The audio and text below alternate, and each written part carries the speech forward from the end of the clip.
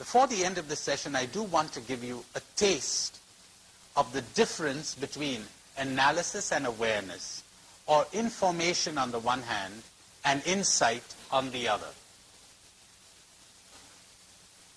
Information is not insight. Analysis is not awareness. Knowledge is not awareness. Suppose I walked in here and there was a snake crawling up my arm, and I say to you, you see the snake crawling up my arm? I just checked in an encyclopedia, you know, the Encyclopedia Britannica, before coming into the session, and I find that this snake is known as a Russell's viper. If it bit me, I would die inside of half a minute. Would you kindly suggest ways and means by which I could get rid of this creature that's crawling up my arm? Who talks like this? I got the information, but I got no awareness. I'm destroying myself through alcohol. Would you kindly suggest ways and means I could get rid of this? This guy got no awareness. He knows he's destroying himself, but he's not aware of it. If he were aware of it, it would drop that minute. If I were aware of what this thing was, I wouldn't brush it off my arm. It would get brushed off through me. That's what I'm talking about. That's the change I'm talking about. You don't change yourself. It's not me changing me. Change takes place through you, in you. That's about the most adequate way I can express it. You see change take place in you, through you, in your awareness. It happens.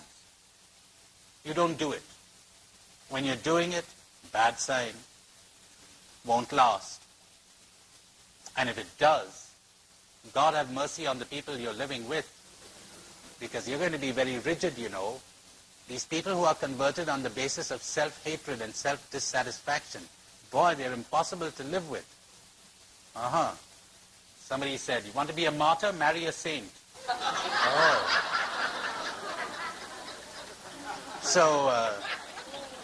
So God have mercy on all of us if the change lasts. Because you're so rigid on yourself, you're going to be rigid on everyone else. But in awareness, you keep your softness, your suppleness, your gentleness, your openness, your flexibility. And you don't push. Change occurs.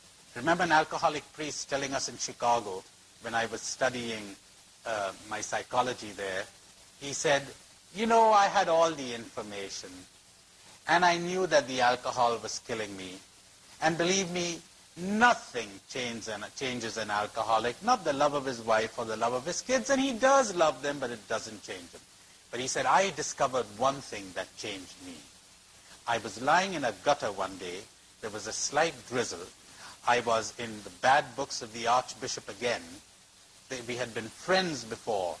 Not too friendly now anymore. But all of that did not affect me. But he said, in that moment, I opened my eyes, and I saw that this was killing me. But I saw it. I've never had the desire to touch a drop after that.